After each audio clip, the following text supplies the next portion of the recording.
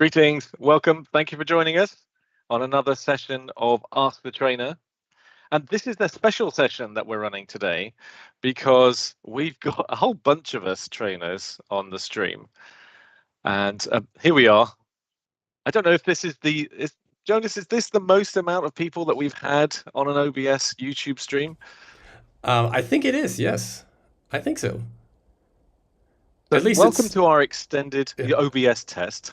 Sorry, Jonas. So, as you well know, we like to do these sessions covering a whole range of different topics, usually related to post-production and other industries. But on this special session, we thought we'd give you some background for some of the peeps at Maxon that are part of the training team. My name's Simon Walker. I'm head of training and learning at Maxon, and this is a huge part of the Maxon training team that we've got with us today. So welcome, everybody. Everyone says something at the same time. Great. Hello. And Hey as there. trainers, we like to do things that are useful. So we thought that we'd try and give you some of our background to see how that might be useful in your careers. Imagine the conceit. Hey, we can be useful in your careers. But we thought if we give you some background about how we started, how we got into the industry, some relevant tips that might be handy, and as much as you want to listen to our life story. But this could be an interesting theme for this week, because as you know, we run special sessions every other Thursday for Ask the Trainer, and this month has a special 5th Thursday. So that's why you're getting this special session. So welcome to people in the chat as well. Thanks for joining us. Feel free to chuck in your comments and suggestions and questions as well as we go through. And Jonas, if you wouldn't mind sharing my screen here. So Jonas is on hosting duty here. We've got him organized to do all the fancy OBS stuff. So thank you for that. No problem. Just a quick couple of things. I know we always do housekeeping. I'm going to keep this one really quick, but it's just really to say, if you go to the Maxon website and you hit on that news button, you can drop down to events and you see all the lovely sessions that we got coming up. And for example, tomorrow we've got another episode of VFX and Chill, which will be very exciting. Hashi and Seth are back for that, and Michael. And then on Monday, we got a brand new series of demystifying post-production, where Chad and Lionel are going to be running through different workflows across different Maxon apps and between After Effects and Cinema 4D, including Redshift and all sorts of fancy things that you could do to connect data, information, and content across different applications. A voyage, if you will, across the applications. And so have a scroll through these. We've got really interesting things coming up. We've got more on that rigging series with Elly and Joe, part 5 next week. Max has got an amazing guest on next week, Robbie Carman, who is just a fantastic colorist, so knowledgeable and experienced, and makes everything so accessible. So that's going to be really, really useful. And we are dipping a toe in the water, as it were, on our voyage to real life presentations. So if you happen to be near Prague next week, please check out the festival over there. And Jonas is running a couple of sessions for us in person, which is going to be fun. Yeah, with real people. It's amazing. With real people. Whatever that's like. I've completely forgotten what that's like. And another thing we're doing in a few weeks' time, if you're going to be traveling to NAB, we've got a booth there at NAB. And notice this interesting little item down here at the bottom left of the front page of these events. We're doing some sort of a spring launch event on the 20th of April. Join us for some exciting news and updates on things. So, mark your diaries, check your calendars, and so on. So I wonder why we're doing that. That should be interesting. Anyway, back to us. So they've already got them marked down on their calendar, Simon. There we go. There's a calendar file that you can download and everything. Great. So what we thought we'd do is we'd just do a round robin. We'd follow your questions, ask some topics that you'd like us to cover, and we can give you some background info. So, and now's the great bit where I have to volunteer somebody to start, and then say, hey, you use up the time. So I'm going to pick on Jonas because he's already spoken. So, thank you. So yeah, what do you want to know? That's my question. So before you answer that, I can already talk about like my way into the industry. And yeah, it was a pretty classical one. Like I used to be like creative, but more in the music sense all my life, but even more in my youth. So I always thought I'll study something with music. Like I play the guitar, and maybe, well, my dream was to become a studio musician or something like that. But then I did a switch and went to another school, and there we had different branches, and one of them was art. So I had like photography as a as a course. I had like architecture. I had like layouts and so on. And from that point on, I knew well, I'm going to study something with media, because that's what everyone likes to do. And with the goal of becoming a web designer. Today, I'm really happy that I didn't become a web designer, because in semester 2, I mean, no offense. I don't want to bash web designers here. It's just not my thing. In semester 2, I had first contact with 3D, with Cinema 4D, and I immediately fell in love. And from then on, I did all of my projects like in there. And yeah, that was pretty exciting. So the first thing, I can maybe share the first bigger work that I did after like one semester. So let me quickly jump to this one here. So we had to create like some fictional trailer for a TV series, which was the topic was like the deep sea and so on. So what I created was this thing here. So I did the UV unwrapping and so on, and it was my first attempts in Sketch and Toon and so on. So, and the whole thing, I didn't use joints and so on, and waiting for this character. I animated it completely with bend deformers and animated along a spline. So that worked quite well for the fish. But that's my first project.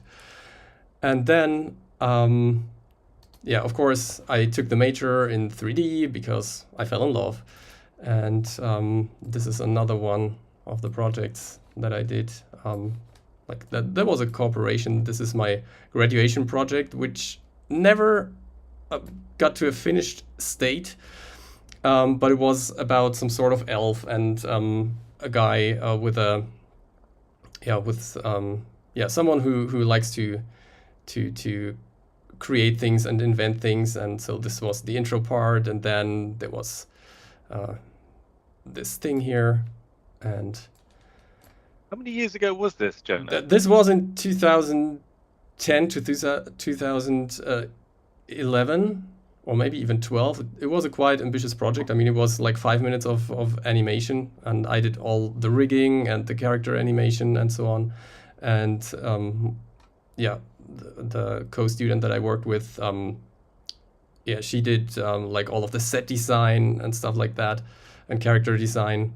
So she was more like the art director, and I was the technical director and animator, and then she composed everything together. And so let me skip through my to my favorite scene, which is then suddenly there's this scene here where like the elf sees like this part of nature, like in television, and becomes sad because the elf wants to go back to nature. And then there's this scene that no, not this one, but I think it's the next one then.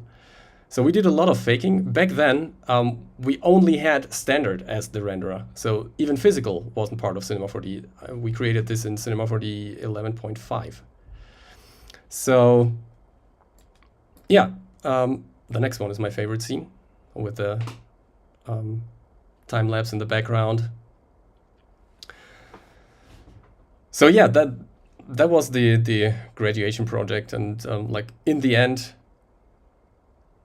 he built this whole garden for the elf. But funny enough, this second shot here took us, like the set design took us like almost half a year to complete. And then it's a shot that is 8 seconds in there. So yeah, and after I graduated, I wanted to like go to some bigger studios and apply for jobs there. And yeah, then I went back to one of the companies I made my internal internship with, which was a full-service advertising agency. And then I started freelancing, and actually it was supposed to be like an interim solution, but then I did that for a period of 5 years or so. And then I came to Maxon, and since that, I'm a marketing person, presenter, trainer, software evangelist, whatever you want to call it. And really happy that I took that route, because the cool thing about like working like in the software company is that you can spend hours like playing around with the software, and this is always what I enjoyed the most. So yeah, now I got back to that. Of course, we also have deadlines and so on, but not like these project deadlines that you have when you work in the industry. It's a little bit more like playing around, and if you find something cool, you create a tutorial out of it, or a workshop, or a live presentation and so on. And that was my path. We've had a question in from Wes. Did you start with Cinema? Was that the first 3D tool that you started with? Yes. It wasn't the first animation software, though. So before we started with 3D, we did 2D animation, and I did my first character animation in Flash. Good old Flash. Yes, good old Flash. Excellent. It was tedious. I was going to ask you about that. I mean, you've covered it already, but that's one major thing, discipline that you have when you're an artist doing stuff for deadlines for clients, versus when you're trying to create something for a presentation. There's a different discipline involved, and you get to be able to change things from yourself. But how do you find that? Because you're effectively your own client when you're creating creative projects to demonstrate, versus the crazy things that clients ask you. It's difficult, because typically like when you work for advertising agencies, or when you work for an advertising agency, you might be well aware of the fact that clients tend to be satisfied like easier than you, because you're the creative person. You want to like create cool stuff, and then there is this client, and they have a style guide and so on, and they have they don't know how it works. For example, they don't know how like the whole art process and the layout process works, and some of them even don't know how the medium like film works. So we had stuff in industrial visualization where many things like happened at the same time, and when you're like approached by engineers, they want to show like everything that happens at the same time, like split screen, multi-split screen, like 4 times, 9 times, nine things at the same time. And then you have to tell them that's not how film works. It's a sequential thing, so you don't do it in a parallel way, because nobody will ever understand. And sometimes it's hard to convince them. But in the end, most of the time it worked. We had this one case where the client approached us and had a very, it was some hardcore techno that he wanted to have under like a corporate industry animation. We softened it out, but it was a it was a funny thing. So, yeah. Different challenges, absolutely. Absolutely different. We've had a question in about some of the something to do with Maxon that isn't CG, and I've got a good person to go to for that, which we'll come back to in a second, because Max is a secret photographer, so I'd love to ask him a couple of things about that. But also, I promised Elly that I'd ask her as well about how her role. I know she's dying to tell you. How did you get into all of this, Elly? So I guess my story is not as exciting as perhaps everyone here in this group.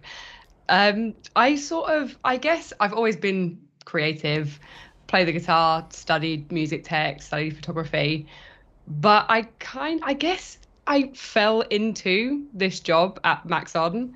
So we used to have an old UK office that was kind of down the road from me, and I was working as a sports coach, which wasn't like a full-time job. I was like, okay, I should really, I can get into the age where I should probably have a job and a proper career and things like that. And just sort of, you know what you do, you search within like a 10-mile radius. And this is the genuine truth. Searched in a 10-mile radius. I had dogs at the time, so I had to make sure I could come and see the dogs at lunch.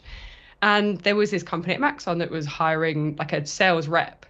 Didn't know anything about the company, said nothing about 3D, nothing about being creative. And I thought, okay, I've worked in retail, I can do sales stuff. Cool. Luckily got an interview, turned up, walked into this office that had just like movie posters everywhere. And I was like, what is this? Like, this sounds like a pretty cool place. Like, maybe they just like films, who knows? Sat down with the guy at the time, regional manager called Liam. Shout out to Liam, he gave me the job, so I appreciate you. And he showed me, the first thing he did, he was like, do you know what Maxon is? And I was like, no. Like, you're supposed to lie and be like, yeah. I didn't lie. And I was like, no, what is it? And he showed me the demo reel. And this was back in like 2015.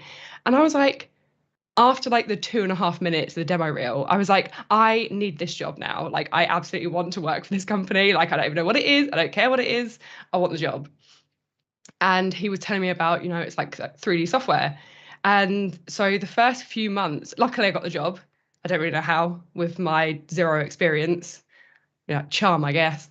And so like the first like few months, when you're not super busy in a job because you don't want to bother people. So I was doing like a little bit of this and that, doing the sales, answering the phone. And he was like, oh, why don't you like just follow the old getting started that was creating a rocket. So anyone who's been on Cineversity, you remember the old getting started video. You just used to create a rocket throughout however many chapters. And I just sat there for a matter of like days doing the whole thing. And that's pretty much what I've done over the past 7 years. I've been sitting and doing tutorials, teaching myself Cinema 4D. And now somehow I am alongside these amazing, wonderful people with kind of years of industry experience, just sort of hiding, like, hopefully no one notices that I haven't got a lot of experience. So yeah, that's pretty much my story. It's very, very different, I guess, to the average person in this job. Some of us might say, actually, Elly, that you create some really inspirational designs along the way. So I think you undersell yourself ever so slightly. Classic British understatement. But that's an interesting question. I mean, where do you find your inspiration from? I know we joke about watching telly for work and for homework, but what motivates you for the different designs that you get to create? I guess it's all over. So I've always been a little bit creative anyway. So I've always been into my art, into my music, into photography. And so I guess part of it stems from that passion. But a lot of it is just, I'm obsessed with Pinterest, Behance, people on Instagram. However, I can't look too much on Instagram because it makes me want to not do stuff because people are just so good. I'm like, no, like this isn't fair. So it's just everything really. And then all the stuff that the guys do here and all like the training sessions, it all just is in my brain. And I think, okay, I'm going to try and make something cool. It normally takes a while, but get there in the end. Well, it's really interesting that the comments that we get from all the sessions that you put together are wow, that's really cool. So it's just proof that inspiration and talent doesn't necessarily need to come from any particular direction. You can come from anywhere. And I think the theme we've got here is something that Jonas mentioned, which is doing you. And we were having a chat beforehand, and even Dr. Sassi said, do what you love. And I think he's got a few words that he's going to talk about shortly about that. And I think that is key, something which I know it sounds an obvious thing, but if you love doing it, it comes across, and it certainly comes across with the sessions that you're running as far as the audience and us as are concerned as well. So that is key. If you're taking something away from that, you're probably here because you do stuff that you love as well. And talking of stuff that people love doing, I mentioned Max because it was an answer to a CGI free related question, and Max does typically a lot of photography in the past. That's so Max, me. if I had to put you on the spot, what's your journey into all of this? Oh, well, yeah, I had a humble beginning, everyone. I started in 35mm film photography with a camera loan from my older cousin.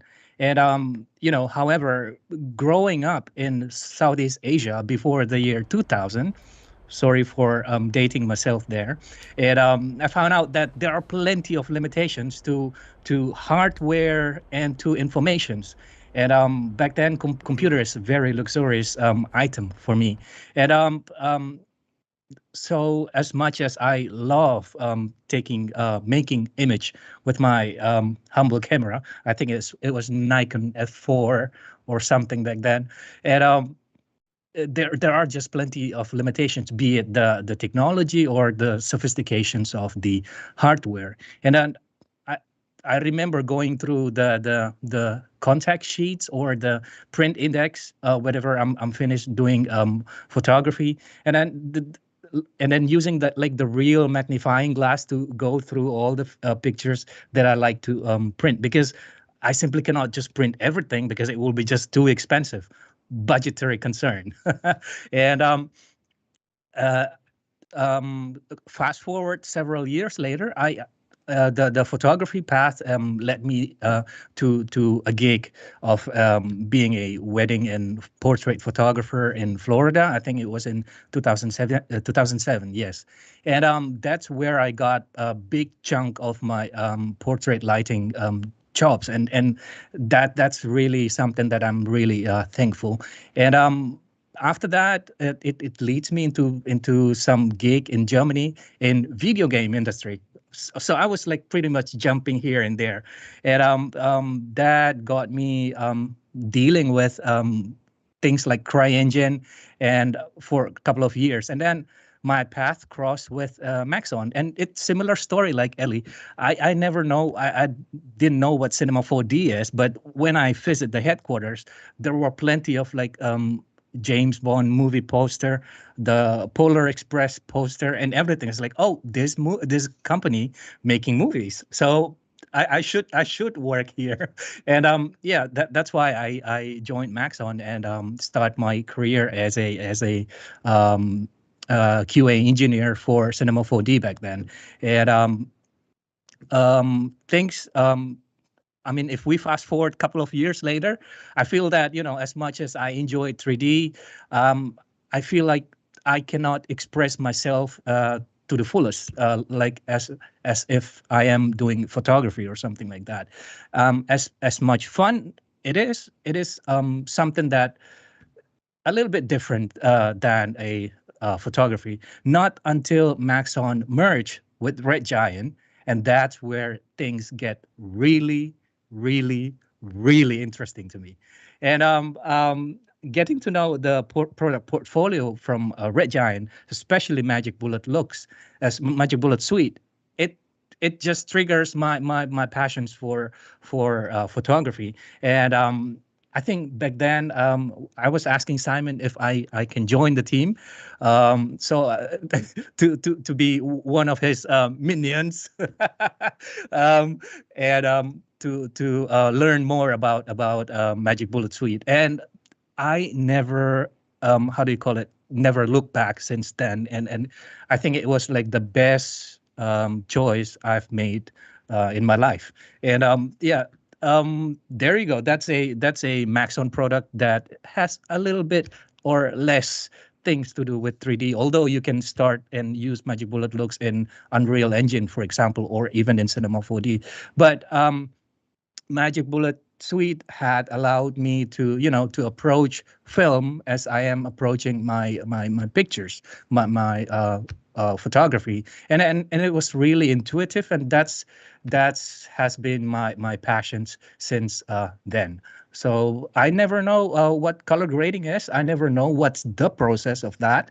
I know that people are doing some process behind the scene before a movie got like delivered to cinema, but I never have any interest to get into that area. Not until Simon sparked my interest further about Magic Bullet Suite and color grading, and that's where things get to really interesting. And the tip that I can share with you is that if you ever want to make a breakthrough in the industry, is don't ever feel shy to ask. I mean, asking is always like the best thing to do. Go to how do you call it, trade shows and events, and start asking, and that's where things can get really interesting. And if I can share a tip about the product that I love the most, the Magic Bullet Suite, is that, if you're using Magic Bullet looks, sometimes you're just using it once for like, okay, I'll create look at the end of my project and then just use it one. Don't think that it's only like that and it's the only way to do that. You can actually use Magic Bullet looks as a modular tool, like a Lego. You can just use it as you need it. Like, for example, I only need a diffusions. Okay, I'll use a diffusions. Or I only need lens flare. Well, you can just use that. And if you imagine, creating those stuff in the host applications is way much more time consuming rather than, using Magic Bullet looks. And that's why I really love it. And it looks really cool as well, right? I think the audience have learned two things from your experience, Max. One is obviously your passion, and your passion for this subject, and that causes you to dig in and do study. And not many people may know, but Max is also a certified Resolve instructor, and so he's dug into all those techniques and just practices that. So it's an extension of doing what you love as well, which I think really is keen. The second thing everyone has learned is how we talk to everyone in the team, and everyone is called a minion, absolutely, and that's how we're all designated. I'm really feel like very grateful to be able to join the training team. I mean, I remember back then I watched a news feed in my cell phone that somebody just took take video of his kids and create some effects, with dinosaurs, explosions and everything. And now I'm working with him in the same team. And that's the Action Movie Dad sitting right there looking at me right now. Do you know, you saying really that? My mum actually used to be like, oh, I saw this really cool visual effects thing. And genuinely now, like, if she ever sends me stuff, I'm like, yeah, I work with him now. Like, genuinely, like, out of nowhere, she would see these things on Instagram and be like, hey, is this kind of the thing that you do? That's her when she tries. And I'm like, yeah, I know him. Yeah, oh my gosh, it's really cool. Well, that is phenomenal. Like, one of the reasons why it's so fun to be on a team is that I chose to work in visual effects, but I am colorblind. And so it's great to have people like Max on the team who actually can see the full beautiful spectrum of colors and do really cool things with it, or Elly, who knows how to actually use the 3D programs that I pretend to and get by. And I've never been in a situation where I was surrounded by so many people this capable, and that's, I think, one of the best parts about the team as a whole package. It's really cool that all of the knowledge for 3D exists somewhere in these realms, and it came from all these different directions. It's really cool. I'd absolutely underpin that and confirm that, because that's the overlap we have. We have specialist topics that we each love and excel in, but also that team ability to ask each other questions and share tips is absolutely key. And just whilst I've got you, Hashi, we had a couple of questions, or at least a topic that has been shared in the chat thread. And Trail, forgive me for mispronouncing your name. Is it okay to build a personal profile with no client work? And Redila Media says, yes, just keep practicing, create personal projects to add a demo reel, and absolutely agree with that, because it's still creative work. But what would your advice be on that, Hashi? My piece of advice just generally, even before that question, was something pretty similar, which is I think that it's really good to start with projects that you can see in your mind and feel a little bit obsessed with. I mean, Dr. Sassi had mentioned you work on things that mean something to you, or that you really enjoy doing. And along those lines, if you can break that into smaller ideas, things that a little small graphic or title sequence, or mimicking a title sequence that you were inspired by something else, it's really good to try to work quickly on something that you can't get out of your head, and then to finish it, because that allows you to do the process again and again. And if you're starting out early and don't have client work, the best way to build up a portfolio quickly is really embracing the ooh, look, a squirrel inspiration that you might get to work with different softwares and different skill sets, because you might actually find your own, I would usually say voice, but your own specific, discipline that you want to break into might become more apparent the more you play around in every direction. Absolutely. It's that inspiration from what things that you're really interested in, loving, and with the passion. We have some themes here today. I think that's absolutely key. And the other thing that's key is getting your renders done on time. Absolutely. Yes, there's a good point that you can you should let go of work, because it'll be good enough, and you can only do more if you finish what you're working on. And if you're it's really good to do that. I had previously worked at an animation studio for 10 years at DreamWorks, where you would work on a movie for up to 5 years. And even once you were in actual animation production, you'd be working on different things for a year or for months at a time. And I think during all that, I had a creative boredom that inspired me to start making videos with my kid and putting visual effects into them, because I just had these muscles that were getting really tired doing this long form content. And I found that I thrive a lot better if I can make something and then be done with it, and so they can move on. You're sharing something on the screen now from Action Movie Kids. Sure, I can play this. I don't know if I'm sharing audio, but these are the videos that many people have seen, whether they know me or not. This is my son, who is amazing, and he has a really cool imagination. And I had an unquenchable desire to do visual effects in my spare time that were different than what I was doing every day at work.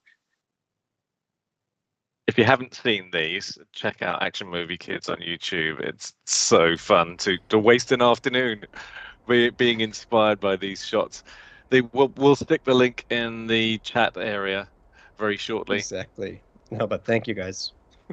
But it's an interesting topic, isn't that? As an antidote. I mean, this theme was asked a few minutes ago about should you make a reel, and you were doing these things as an antidote for the heavy duty, long form content that you were needing to make, and also like a creative break, so you could make your own decisions and do something which was quick, and then that led to the whole thing that is Action Movie Kids. So I think that's an interesting example of just keeping being creative and keeping doing your passion. Precisely. This led me in a completely different direction than I had been going to school for and trying out. And that windy path ended here at Maxon with a bunch of other creatives who have really interesting paths like that. So one funny thing is that You just showed the clip that I saw first from you. It was the one with your son on the lava, on the couch and the lava. And then I think there was a second one where he was climbing like on his bed. Yeah, this one. That was the first one that I saw, and that was like yeah, that one. It's so amazing. So I really remember watching those. Like now I'm putting an age on myself. That must be 13 years ago or so. And what I love about these is that looking back at them, I wanted effects that were good enough to then push out there to be watched by people on their phone, and that was my level of polish I did for these. It was that like home video quality enough that it's slightly better, or I had slightly more technical know-how than most people, but it's all stuff that people could do right now with the resources available to them online. That's true. If we fell off the fence for a moment, we might say that, and you can do many of those things with a whole range of different Maxon tools, which is why we do the sessions every week that we do. But we do. Let's jump back on the fence. We also cover things that are outside our tools, and we jump into After Effects or quite a lot, and also extending to different types of disciplines. But that's the key, isn't it? It's crossing the boundaries. And in fact, that's an excellent segue, because I wanted to ask Dr. Sassi about this, because it's interesting. We were talking about one particular discipline, and maybe it's photography, which led into grading for Max, or whether it's a love of cinema, which led into the different inspirations for Jonas and Elly. But what if you've got multiple different disciplines and background? Because you've studied on a great many different things, Sassi. So I wonder what your advice would be, crossing the divide between those different disciplines. Stay curious. That's, I think, the first thing. And before I go further, the do what you love was a tip from Jonas. It was not my original quote. And I asked him when I was in the team for the first time, hey, where's my place? What should I do? Where would I fit in? Because everyone had already something occupied, and so I was observing what is everyone doing and where could I fit in? Because as you say, I have different disciplines, so I pick one, and which one is needed is for me then the best. But yes, I have a lot of passion, and I'm like a kid in a toy store. I want to have this toy now, and I want to play with it, and then it's boring, and I want to have the next one, and all of that accumulates after a while to something bigger. And as I normally say, show, don't tell. It's an old film rule. I want to show you a little bit about my history, and I hope I make you all look very young when I do so. And I grabbed the screen for a moment, and can you see my screen now? Can I have some feedback? Hello? I could see Hashi's screen. Learn, share, and connect should be on the screen. I stopped sharing a while ago. I don't know. Oh. Maybe I Not quite. You're not again. sharing yet. Here also, Okay. Also not in Teams. Yeah, right. So better? Here we go. Now It's great. Yeah. Ooh. After 2 years of pandemic, the same charm every time. So learn, share, and connect. That's pretty much my mantra for the whole life that I have lived. I do something because I'm interested in, and I share this with people, and that connects me with people. And that rotation, when it gets really spinning, produces something with people, which makes me learn again something to talk this and so on. And that is pretty much what I want to show you. I started with 13 doing my own light show, the early years. I did 135 stage gigs with up to 2,000 people in the audience. I had 200 light sources with 10 different slide projectors, for example, and only one slide for that. And please don't laugh. This is me preparing for another gig. I think I was 16 at that time. And how cool is that? I had a I had a truckload of light with me. I needed always someone to drive me, because in Germany you have to be 18 to drive a car or a truck or something like that. And those tours often took 24 hours. And I had 500 hand colorized slides and bubble machines and fog machines and so on. And I can talk a whole day about this, but I don't want to bore you to death. After 4 years, I asked everyone, hey, do you want to be professional? And everyone said, no, we want to play, because I did it for 7 different bands, jazz and rock and so on. And I said, okay, if you don't want to be professional, I have to do something with my life. And I sold the whole truckload of stuff, got a bunch of money with 17, and I went into photography. I had a little pocket camera all the time, but with that money, I could buy 2 SLRs and size and so on. And after a few years, this is pretty much the first result that I had from Italy, from Paris, Brussels, Venice. The black and white is, of course, from Germany, then Rome, Venice again. And I was very interested in motorcycle races. So I shot a lot of motorcycle races, got the passes to be in these very exciting places where no one else was allowed to be. And another picture from Venice, all in the celluloid time, like Max started out as well. And this is what I do today more, where I try to push the boundaries a little bit. So how would it look like when I have a little planet, but one part is just night and one is day? And so I shot in the afternoon and in the evening, doing a photo walk with Trey Radcliffe. And this could be another example of what I'm doing, where I try to combine lenses, layers, and all of that. That is how my brain works pretty much, or more that. When you glue this together, you get a sphere and a whole panorama. That's in 17 miles drive. And of course, that leads sometimes to competitions. And last year in Nimicek, and Nimicek will be named more often in my little speech here. Last year, I won from 3,000 employees the prize with this shot here. It's a little bit blurry. I just took screenshots. It's the Jarvis Center where we had the NAB presentation. And then I went in the night up to the Empire State Building and shot this one, inspired by Vincent Laforet, but I did the night shot. And this is a 1 giga shot image. This is pretty much all hand stitched, and I was running around on the Empire State Building. It was so cold that I could barely hold the camera. I was shaking, but I needed that shot. I think it's 300 images. Pardon? You didn't drop it. No. Because there's a barrier up there. You must have had to put the camera out over the barrier to actually take those pictures. A little bit, yes. And there were a lot of people, and I think I upset a lot of people with my, can I just take a shot? No, just a minute. So on. Okay, and to make it not too long, this is my first panorama that I ever shot in digital. That was in 1999 with a 3-chip camera. And trash can was my tripod. This is in Babelsberg, the film studios, for example. And this is what I do when I have the luck to be in a Zeppelin and shoot panels over LA.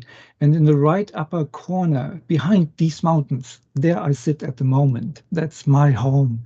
This is where I love to be. And the Zeppelin was amazing. You could open the windows and shoot out of the window. Which brings me to something else. 70 miles on a bike, traveling and being a bike racing mechanic, shooting images across Europe and racing tracks. Just one image. This is me with my self-built motorcycle. It took 12 weeks during the summer to get all the parts mechanicked and whatnot. It's a unique thing, and I love to do this. I have a passion for engineering, of course, and driving with this thing through the whole world was really fun. And then I thought I have to do something with my life, architecture. It was pretty much a thing that came from my father's, because he had a construction company, and I had to work from the age of 6 to get money. There was no free lunch for me at any time. And architecture was the one that was the most closest. And I ended up, after 20 years, pretty much doing these big things where I was the lead designer and office lead and whatnot and all these important stuff. And one evening I went into the subway, proud like hell, and saw the map from Berlin. And I thought, hey, where are my buildings? And they looked more like when you put some dirt on the map. And I said, wow, for that little thing, I worked so hard. And I took a little trip to New York, visited some friends, came back, quit, and wrote my dissertation. But there's something in architecture that I love like crazy, and that is to build rooms or spaces. And this is my thesis or my work that I did for my Masters of Fine Arts at the University of the Arts. It's a three-dimensional center, and it was for virtual reality and augmented reality. And on the right, you see the theaters here for people who have these head-mounted displays on and can interact with people all over the world, or a TV studio for virtual reality or stereo. This was in 1993, to make myself really old. And of course, I always checked to get this published somewhere. Was a huge discussion, a long exhibition after that with all my pictures, and this is all model work. It's not 3D, it's just cutted foam, for example. This is another little drawing from that with a photo that I took. This is done out of my painting window or painting studio.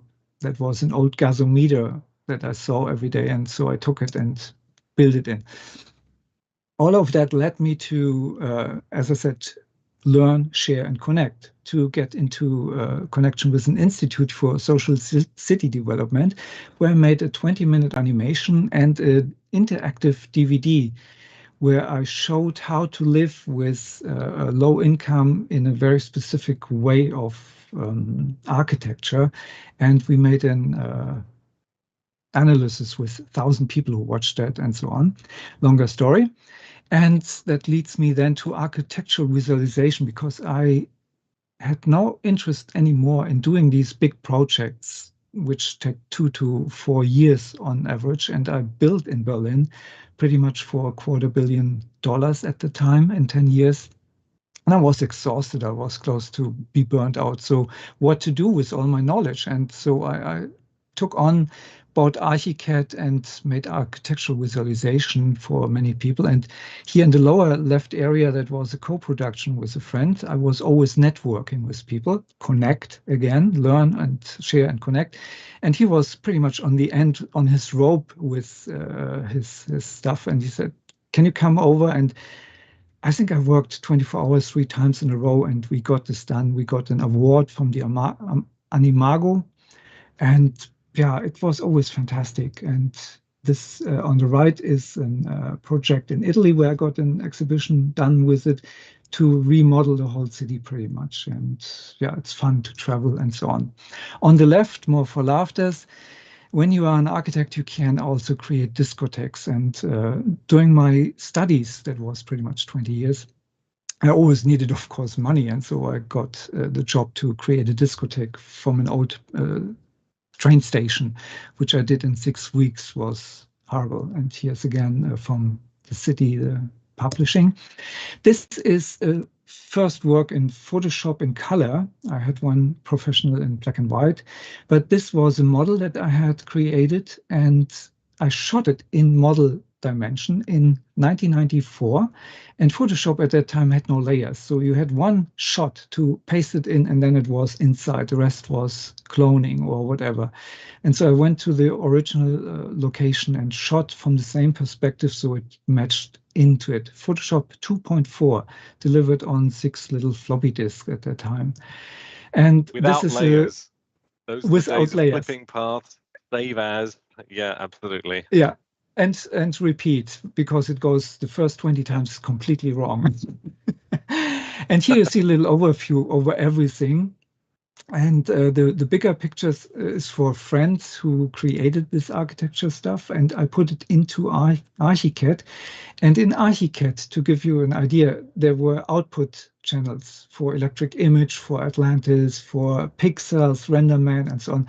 And I had no idea about it. I was completely stupid with that. So I bought one after the next application and tested it out, failed miserably, sometimes with pixel RenderMans. It was a code line at the time in the early 90s, and I felt I wasted a lot of money. But today I would think it was all well invested stuff, and I loved it. And people love, of course, when you help them with the visualization and they get their study finished.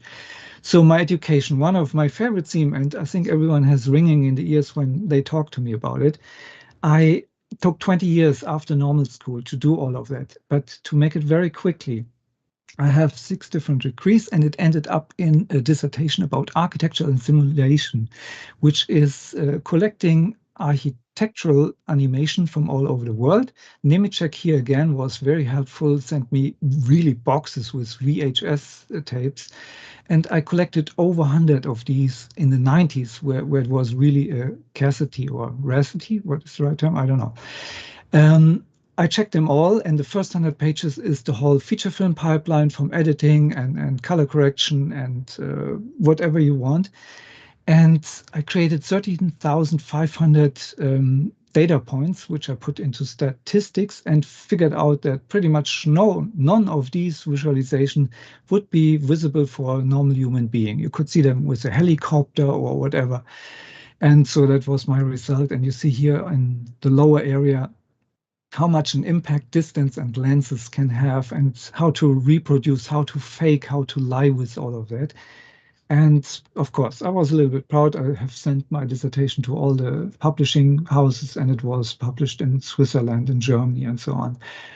I'm really proud about this, and sorry for my bragging here. Dog Media was the company, and that was pretty much the logical way after architecture to write a dissertation about architecture visualization to create your own company. That was my break into the business of digital, really, finally. And yeah, that was pretty much 8 years. And I created a bunch of stuff. And the key takeaway from that was pretty much you have to be adaptable. There's no, oh, you have to do only this when you start out with your own company. You have to do whatever you can get your hands on. And in the middle, you see, for example, what people who are 20 years in the business have seen on the Maxon gallery side, product visualization for Käfer in Munich, for example, or starting screens, title sequences. On the right, you find for the Max Planck Institute, when the year for Einstein was in Berlin, I made a paid pitch there, and medical visualization. Whatever came across, I did it, and I learned. I was open, learn, share, and connect, of course. But the secret love is certainly in my life is art. And oops, I went too far. On the left, you see pictures from an exhibition from Chrysler and the Debis building in Berlin.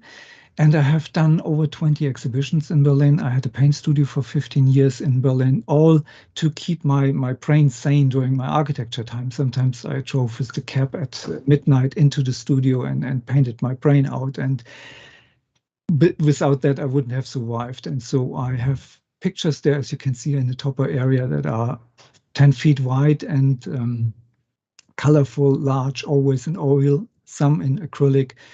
And half of the work I have sold and spent the money to animal shelters, and the other half I reinvested in paint or bought something else. 200 pictures for the whole time. And when you want to know more about my art, at the moment it is all digital, all with my camera. And the reality that we take inside of us will define who we will become in the future. My artwork is an inquiry in this process. This is now a 10-year adventure that I undertake, and I try to understand how we memorize things, how we layer things, and I try to find expressions for this. But this would be another story for another time. Film and set design, etc. When you're an architect, you have the pleasure to join film teams always, and you can't do the set design because no one else wants to do it when you get not paid. And so in Berlin, it was always easy to go just into what is going on, a Craigslist equivalent at the time. And there were meetings where directors wanted to find people. And so to get into that was pretty easy. And so my first thing in the late 80s was a project with Wim Wenders, and I was excited about this. I did the set design and some tricks there. And during my University of the Art time, I studied set design, and after that, I put all of that with the wonderful exploration of camera projection, which I do now, I think, nearly a quarter century, which is one of my favorite things, especially in Cinema 4D.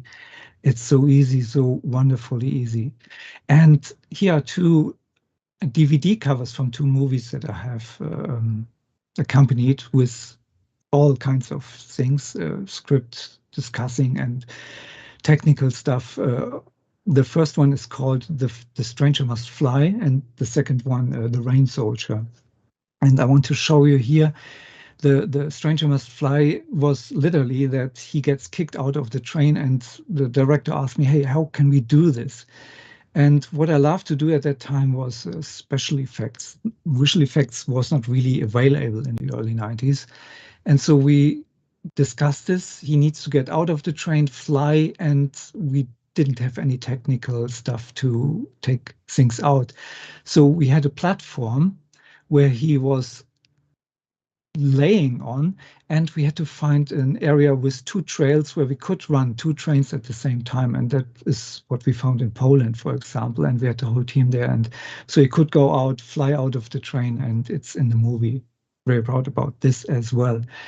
And this is me, University of the Arts. In the video studio, I studied 3 years photography and 3 years video and filmmaking there. It was really a passion of mine, besides many other things. And that leads me to cutting trailers for other people. Again, learn, share, and connect. In the Pixel Corp, I finally helped people to make short movies, always as consultant, and I did my training there. And Higher Learning was in the Post magazine, an article about Jet, where I did these 200 tutorials in all kinds of cinematography, how the movie was done, and so on. And to make it short, movies have brought me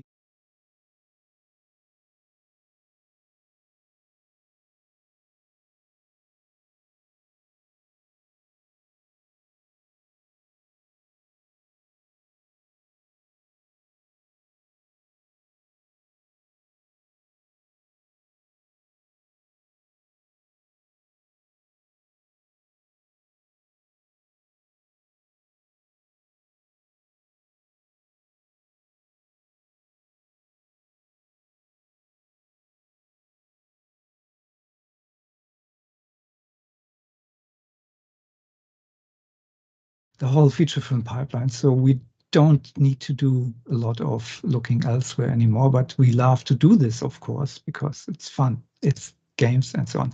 And I come very close to my conclusion. Here are some stills from the movie Landscapes, and all movies that I will show has gotten awards and film festival stuff. And then a little music video where I use a lot of camera mapping. All of these shots here are just camera mapping, and only few are just practical shots. And all these billboards are a vehicle to get the band into the city by itself, because they were pretty constrained in time. Here is the movie Jet, where I flew over the city with a helicopter. We put the doors out, and I developed a little guy, and he gets lost because he's a scamp, and finds his voice back with Aida, Kay, the KitchenAid. And yes, I was up here in the air and with Jet there. Then the movie 3, where Moby gave me first the music, but then canceled it for YouTube. So I had to make my own music after a while. Also got an award. And this is Nelson Ghost Town in Las Vegas. And here, just to finish up, because most people are familiar with my 16 years of being at Maxon or at Cineversity, shot with my photography combined with Cinema 4D, which indicates you can always combine. And that's my credo for my whole life. Whatever I do, stay interested, and it will converge to one point and will create a synergy on the end. And with this, I give back to Simon, if he is not fallen into sleep by now. And I say thanks for the patience. We are all awake. That's such an interesting journey you've had, Sassi. My main note on here was that next time I go motorcycling, just build my own motorbike. Yeah. Why just buy one? If you don't know, listeners, Sassi hangs out on Cineversity quite a bit and answers many questions. And one of Sassi's other credos that he likes to live by is sharing information. And so if you've got a question for us and we think that it would be useful, which is most of the time, if we find a solution, we share it. And there's a wonderful forum on Cineversity, the Q&A forum. We'll add a link shortly in the chat here where you can see many of Sassi's answers. So as you can see from his experience, this is a chance. This is a chance to tap him up for knowledge on all those different disciplines. And it's interesting you say the adapt and network, I think, is key, so that you are adapting your knowledge, building on it, seeing what you love, and don't be afraid to switch. I'm assuming here, but I would say that one of your things, Sassi, is don't be afraid to switch disciplines. Yeah, because there is something where we get conditioned. You have learned something precious, and now you have to do it for the rest of your life. No, do it as long as it really feeds your soul, not your pocket. Because when you go only by money, you try out inside of you. And all the knowledge that you get, for example, from architecture, management, and art, you can instantly use somewhere else. It's certainly one of the best bases you can have. But if I wouldn't have grown up in a small town where filmmaking was something that someone does in Hollywood or so, where these are now my neighbors, but I never thought about making films because it was so far away and I had no people around me who could tell me really, hey, yeah, you can study this or so. So I studied architecture because everyone does it also. And yeah, after a while I got bored with it, and yes, jump ship and do something else. As Jonas said, do what you love. Yeah, now I'm a little bit, I'm a little bit afraid now because I hope you will stay at Maxon, Dr. Sassi, because from the pace that you had, like switching disciplines in the past, you still have like 3 to 4 professions to take, like within the next 10 years or so. And Simon gives me the freedom to do so. At the moment, I learn more about color science, which is very cryptic and formulas, and no one wants to listen to that stuff. But it combines everything. It makes it certain and safe, and Max loves it as well. I know that. And so I find always new friends with new technology. Learn, share, and connect. It's always the same cycle. And in Maxon, with the whole feature film pipeline, where I thought Rabinowitz, I was always so jealous about him. He made these cool movies, and Hashi and Seth, and now it's one family. So there's a lot of freedom inside of our company, and I feel so well cared for with Simon, for example. There's lots of support, and why jump ship now? Wow, I talk too much, and I took too much time, and I apologize for that. No, it's wonderful. Thank you for sharing that. The other takeaway I got was, when you're bored, move on. Yeah. When you go, I've done that discipline. I want a new challenge. Sorry, I want a new challenge. That's a better way of putting it, isn't it? And it keeps you on your toes, because there's nothing more boring than repetition or copying stuff. I mean, copying when you learn is very important.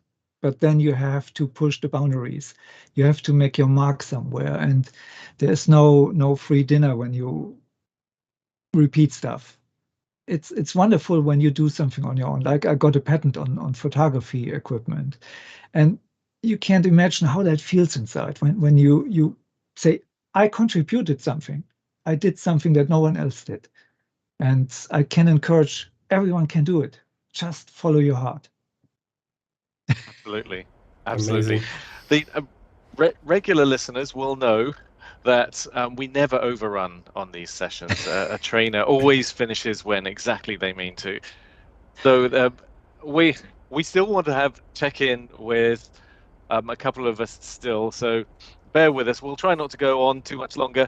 But I just thought we'd have to hear from a couple of people who haven't mentioned their backgrounds. Darrin, I'd love to find out your background and how you got into being a master trainer, in fact, at Maxon. And you train many of our customers in Redshift and Cinema, both for just an intro and also advanced workflows. So that, but what keeps you going? What keeps you waking up every morning and jumping into cinema?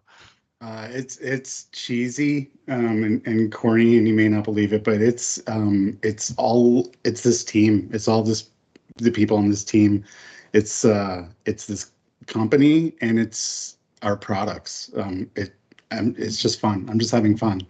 So, you know, that's sort of the common denominator is, I think, between all of us is, you know, to success is do what you love. And that's what I did in college. And, you know, being flexible enough to change directions led me to a place where Maxon noticed some stuff I was doing on my own after I graduated.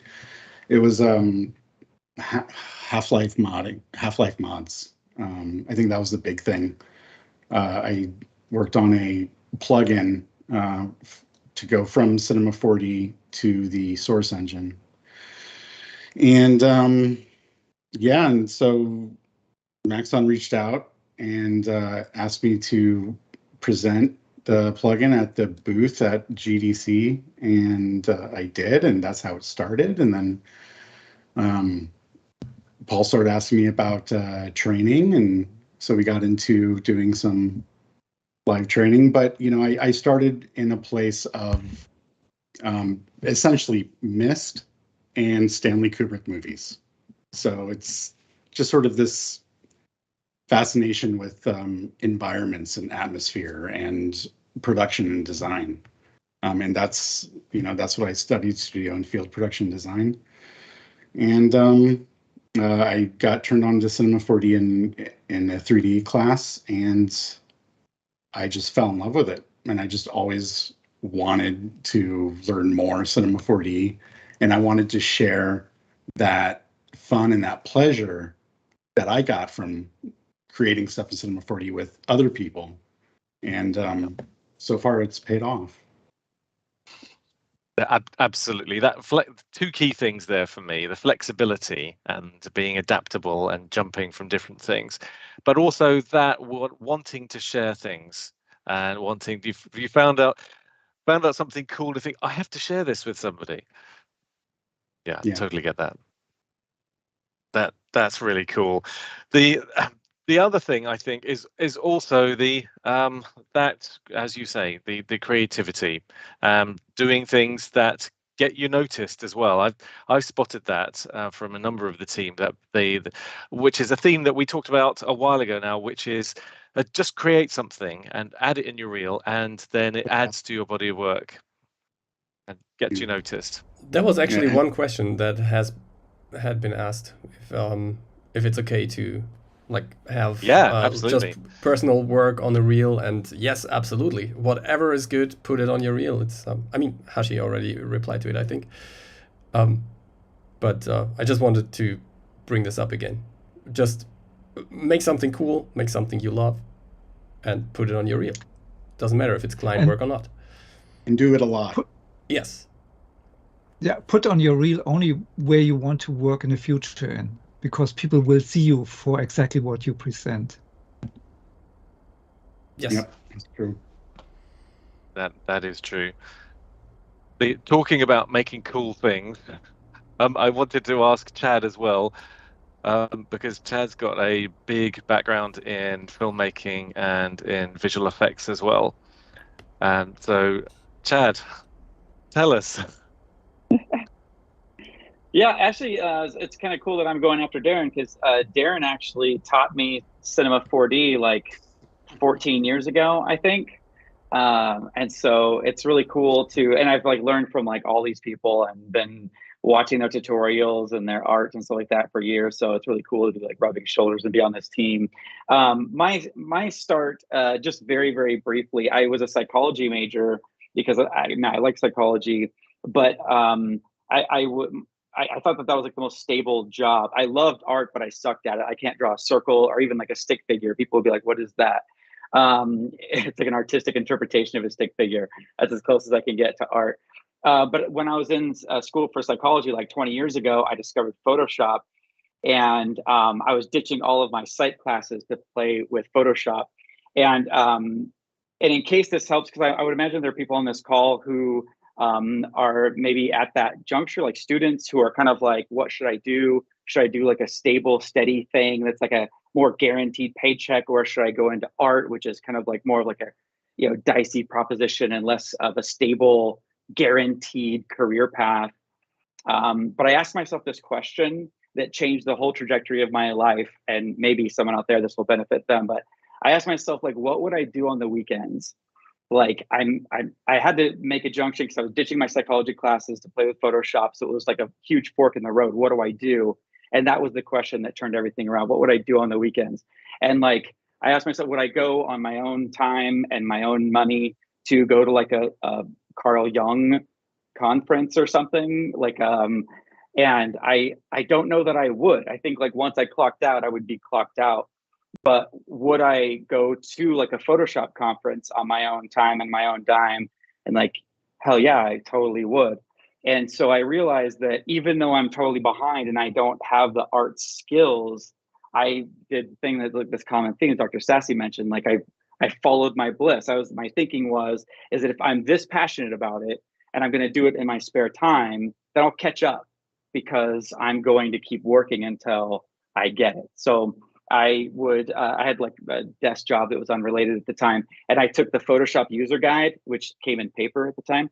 And I would like just read it on my lunch break. I just wanted to know what all the buttons did, because for me, not having traditional art skills, software has been a revelation because I can't create these things by hand. But when these amazing software designers design a tool like MoGraph, it's like, ooh, well, now I could make a bunch of spheres like all over the place, which I never would have conceived of that even when I was just like, if I was going to draw something. So software has enabled me to be expressive, and I'm so glad I made that choice. But yeah, that's all I wanted to say. But I think it's really worth it. I think it's really worth asking yourself that question about what you're really passionate about, because even if you're behind, even if it's like a more treacherous path, as it were, like if you have the fire for it, like you'll make a way. That's wise words. I love your concept of turning stuff that you do for fun at the weekend into your week. So you're switching them. Yeah, and then like Stephen Tobolowsky, the actor, if you know him, like he was giving a talk about acting, and he said that like only get into acting if you're cool with failure, because then if you don't make it and you're not successful, at least you're doing what you love. And like, that's a great way to think of life, I think. Yeah, absolutely. Absolutely. That's a nice segue, actually, because I wanted to bring in Seth as well. Speaking Seth of Worley. failure. I was going to talk about doing what you love extensively, so much that it turns into a gig. But, you know, we could look at this from a different number of angles. Yeah, what was the question? Yeah. It was, yes, tell us, Seth, that's the question. Well, I could talk for literally hours, so we probably should. I don't, by the way, I had no idea that Darrin, I had no idea about your background with Source Engine and Half-Life mods, and now we have hours of things to talk about later on. No, but really, I'm sorry, I don't remember what the question was, so I'm just going to ask for it to be repeated. In general, just a little bit about how you got here, but we've very much focused on the inspiration, and we've got in mind to mix in some of our background and our journey into the industry with how that might present as useful these days, because the industry has changed so much over the last number of years. You know, honestly, the advice that I tend to give. So my background is such a, like, I have Forrest Gumped my way into any kind of success I've ever had. It's just been like, opportunity comes up, I ask a question about what it is, or like someone, I get a job of some kind or an assignment or an opportunity. I commit myself to it and do it, and that somehow leads to either another opportunity or a short season of going right back to Nashville and twiddling my thumbs until another opportunity comes upon, and I just kind of accidentally stumble my way through things. But in the heart of that, though, is that like I think it's important to always do the absolute most with what you have and with what you're asked to do. Like, meaning that like I found a way at my before I worked at Red Giant, I had a kind of boring job I took to pay the bills, where I was doing these like bumpers and intros. Like I was making videos for these events, like these big conferences and events and stuff. And at this job, there were these summer camps where these like youth and kids summer camps. And somebody on the team had an idea, like, what if we did these like narrative little like comedy sketches that could play at these camps in the morning? And I was like, yeah, I'll do that.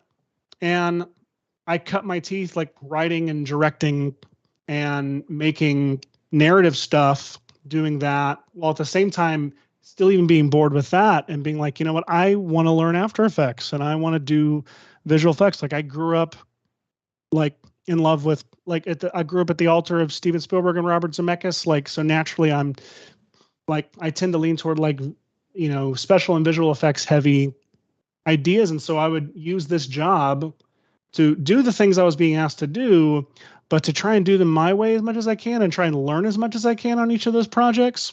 And from putting those online and tagging the products that I used on them, like Trapcode Particular, for example, that got the attention of Aaron Rabinowitz at Red Giant, who had like a Google alert for any time a Red Giant product was used, and saw my work that I was doing and was like, hey, I wanted to do a narrative short for Red Giant for a while. Like, would you have any ideas? I can pay you in free software. And I was like, I like free software. Let's do it. And so then it was, let's make a cool short, if for no other reason but to get free software and have connections to someone who can give you free software.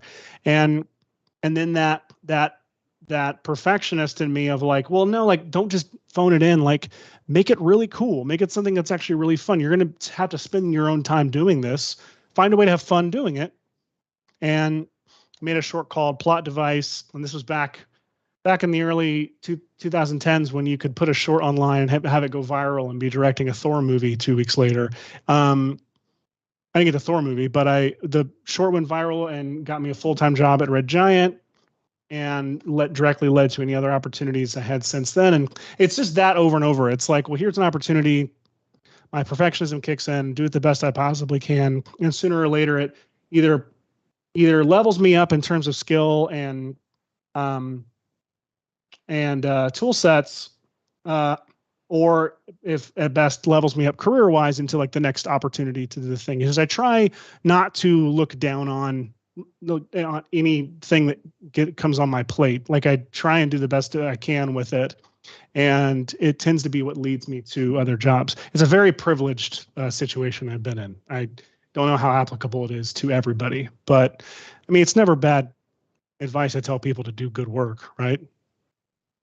Absolutely. Yeah, that opportunity thing is interesting because when you map out your career ahead of you, in theory, I challenge somebody to tell me that it actually ended up exactly as they thought it would, especially if they're in the creative realm, because that opportunity leads to something else, which leads to something we've been talking about, which is another desire personally, but also getting noticed and then getting that left field question, hey, do you fancy doing some of this?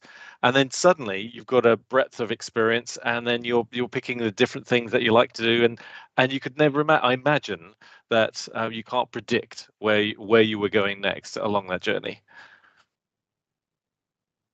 Absolutely. Yes. Yes. I'm just saying what you said. The sound smart, but better there you go. and quicker. But yes, in summary, we're shortly going to be wrapping up. But I just also wanted to bring in the amazing Noseman But by popular request, there have been some requests in the chat to say, "Hey, bring in the nose."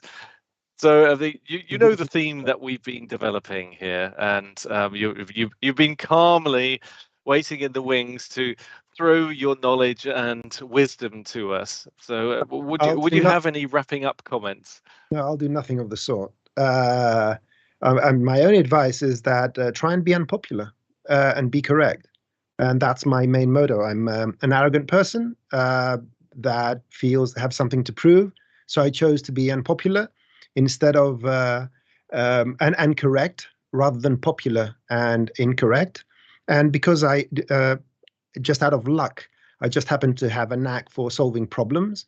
That is pure luck. I didn't bang my head enough times when I was a kid, so apparently things still work. And that's my motto: becoming a teacher. When you can actually do stuff, then you can just serve. I serve my arrogance that way. And my favorite motto is "I told you so." So, and you know, everyone knows that. And that's my life choice. I'm a high school graduate. I learned programming by myself. I bought my computer pretty much when most people were either very young or not born yet, in 1982, with 16K of RAM. And I made a cube because we were being taught trigonometry at school. And I thought, wait a minute. Yeah, and I made a spinning cube because there was a bug in my basic code. And I found that fascinating. And just by luck, if you look at the statistics, pretty much it's all luck. Accomplishment is just something we put on top to make us feel more important in our, in the luck that and the serendipity that has led us to all places. It doesn't take away talent, doesn't take away other things. I'm talking about myself. So yeah, just being arrogant and wanting to be correct, that means you have to admit to mistakes and self-correct. There's no other way. If you think you're right, you'll never be perfect. If you know you're wrong, next time you're going to be right. And the trajectory mathematically is perfection. And the last piece of advice for everyone else out there, normal human beings, is if you're the best artist, the smartest, the most hardworking, you have the best body of work, but don't reach out, your chances of success is 0. If you are the worst artist with not a single pixel to show for your lives, and you go out there and you just talk to people and become annoying, your chances of success is more than 0. So you can see which one is more important to add to your portfolio. Don't be shy. If someone invites you for dinner, eat all their food. That's my advice. So that's all I have to say. Be annoying, but in a good way. No. Absolutely. I like that rallying call of "I told you so," and I think that's how we should end up all training sessions, especially when people see, oh, there's a new thing I can find useful. That's a new hashtag we could use as a team, isn't it? Definitely. It behoves me just to share a few moments of my experience, because everyone behind the scenes is telling me I have to. So absolutely. Some of the things that I've been noticing is that we've been talking about the dim and distant past of last century, where we had such things as floppy disks and VHS players, which were a large part of my experience growing up in Britain and trying to figure out how you did stuff in After Effects before it had 3D, and then having to buy a VHS player that played NTSC tapes so I could get the Total Training series from Brian Maffett sent over from the States, and then play that. And hey kids, you know how annoyed you are having to rewind on Netflix 10 seconds? Try doing that on a VHS tape constantly until it breaks. But my history is I started out at Reprographics at a publishing company many years ago, where cut and paste actually was a thing. And it was associated with the spray mount glue that you had to then cut out and then paste onto another board that you had to do. So we talked about repetition is boring earlier on. Try doing that in an analog fashion, where you have to cut and paste things over and over again to create these ads and layouts for magazines and so on. But it was interesting for me because that then turned out from photographic or reprographics, if you like, to digital. And then as the computers got more and more powerful, people and clients started asking for more stuff. And we got very excited when you could do a one inch square of video with the Cinepak codec, which was pretty much all digital noise. And then we thought, oh my goodness, I could do this. And then that turned into lightwave animation and turned into After Effects and Photoshop and so on. It just kind of incrementally went up there. So I would agree, if there's one theme that goes through, it's the unpredictability and the adaptation and the luck, part of which you can make for yourself just by following the stuff that you like and following that journey, really. And then also, oh yes, one other thing I thought would be interesting. I always used to ask myself, through many years of being a freelance artist, what is the one thing that I could do that would make me attractive to clients, or bring in better paying customers and so on. And that one thing was a little bit of everything for me. So for me, it's very much being a generalist and diving in and overlapping multiple disciplines has helped me. I know that lots of people like to concentrate on one thing. So as you've seen from all our collective journeys, that it's a mixture. It depends. That's our watchword. It's make it you, do the thing that you like and adapt it, and then see what happens next. So a classic training answer. We've talked for almost 90 minutes, but about something which you could sum up in a couple of sentences. There you go. That's training for you. Keeps us in a job. Cool. So thank you so much. Any last comments anybody want to give before we wrap up? If not, that works too. That means either we've covered every single topic on this, or it's time to go. And I'm pretty sure that there is going to be a month with another 5 Thursdays in it. So we need to keep other topics for the next session. That's true. That is true. Yes, absolutely. Yeah, I do want to add one more thing. If you haven't annoyed more people than not, you're not trying hard enough. That's another motto. So annoy everybody you know to come watch all of the valuable content that all of these dozens of people and all these bubbles provide. We have tons of stuff scheduled around the clock, everyone. And that would be a good chance, Jonas. Please, could you show up my screen just as a reminder, if you want to see, as Hashi has just said, more annoying things from us. You're not sharing. Please jump into. Oh, am I not sharing? Oh, hang on. Let me share. Somebody else shared. Let's go into share. Here we go. The events. Sorry. We're bad at technology, everybody. Sorry. That's right. Yes. Come to us for tips on using technology. So, if you would like to see more sessions from us, go to the events page on the Maxon website, and I'll leave you with this. Be annoying as a thread. When I used to play in the band, we got one gig that we got complaints before we actually went on stage for being too loud. So I think that was a badge of honor. So if you could do that in your work as well, then that's great. Cool. So thank you everyone for attending, and we'll see you soon on the next session, which is as early as tomorrow, where we'll see you on VFX and Chill with Hashi and Seth and Michael. But thanks again for joining us, and thanks for all your comments. Bye, everybody. Bye, everyone. Bye, everyone. Thanks Thank for you. joining. Bye. Bye-bye. Bye.